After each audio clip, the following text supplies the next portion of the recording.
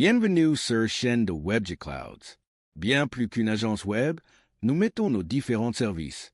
Consultant, expertise technologie et numérique, service à la personne.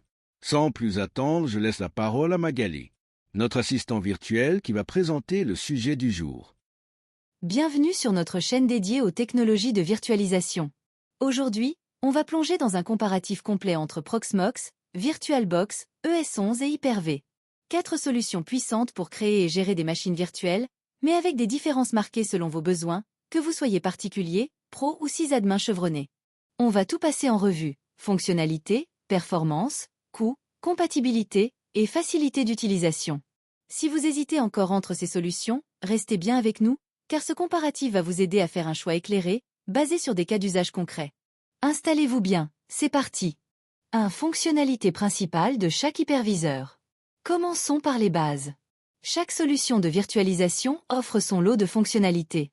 Proxmox VE est un hyperviseur open source basé sur Debian, combinant KVM pour la virtualisation et LXC pour les conteneurs. Il propose une interface web intuitive, la gestion de clusters, des snapshots et une grande flexibilité réseau. VirtualBox, développé par Oracle, est une solution gratuite et multiplateforme, idéale pour les utilisateurs débutants ou les développeurs qui souhaitent tester des systèmes localement. Il supporte les snapshots, le partage de dossiers et l'USB Pass-Through. ES11, proposé par VMware, est un hyperviseur de type 1, reconnu pour sa robustesse en entreprise. Il permet une gestion fine des ressources, des outils de haute disponibilité et s'intègre parfaitement avec vSphere. Enfin, Hyper-V, développé par Microsoft, s'intègre de façon transparente avec Windows Server et propose une virtualisation performante, avec réplication, snapshot et clustering. Chaque hyperviseur a donc sa propre philosophie: flexibilité pour Proxmox, simplicité pour VirtualBox, fiabilité pour ES11 et intégration Windows pour Hyper-V. 2. Performance et gestion des ressources. Quand on parle de virtualisation, les performances sont essentielles. Proxmox VE excelle dans la gestion des ressources grâce à KVM, offrant une performance quasi native pour les machines virtuelles. Il permet également de prioriser les VMS via cgroup, et sa prise en charge de ZFS permet une gestion efficace du stockage.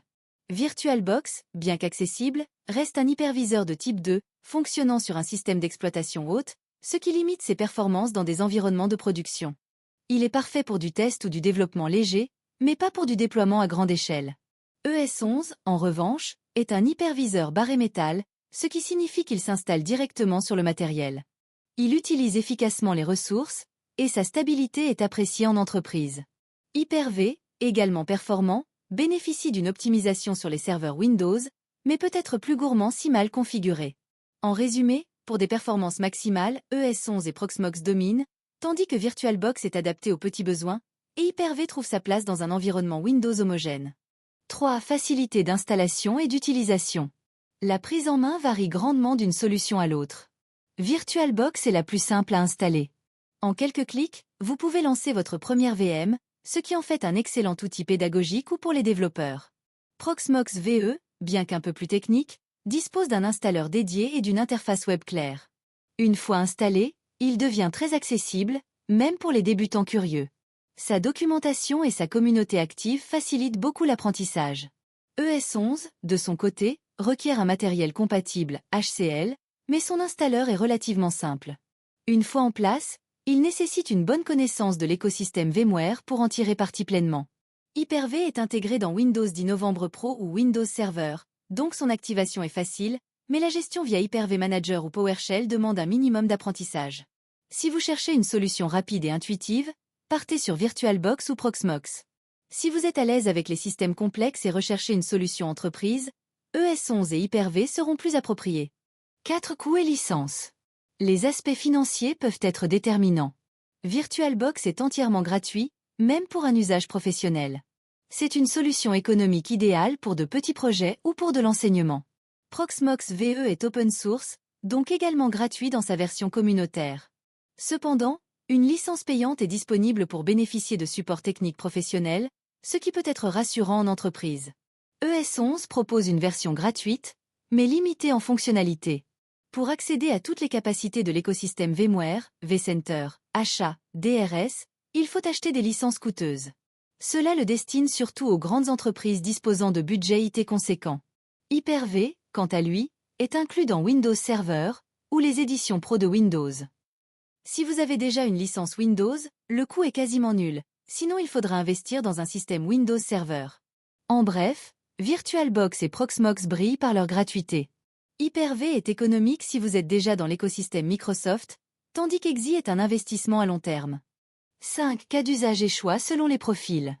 Quel hyperviseur choisir selon votre profil? Pour un étudiant, développeur ou testeur, VirtualBox est parfait, simple, gratuit et multiplateforme. Pour un freelancité ou une petite entreprise, Proxmox est idéal grâce à sa puissance, sa polyvalence, VM plus conteneur, et son coût faible. Les grandes entreprises privilégieront souvent ES11, qui garantit stabilité, performance et intégration avec des outils d'administration avancés. C'est une solution taillée pour les data santé. Hyper-V, enfin, est le choix naturel pour les infrastructures Windows Server. Il permet de tirer parti de tout l'écosystème Microsoft, avec des fonctions avancées comme la réplication ou le clustering. Chaque solution répond à un besoin bien précis. Il n'existe pas de « meilleur hyperviseur » universel, seulement le plus adapté à votre usage. Identifiez vos besoins, test, production, budget, matériel, et vous trouverez la solution qui vous correspond le mieux. Conclusion.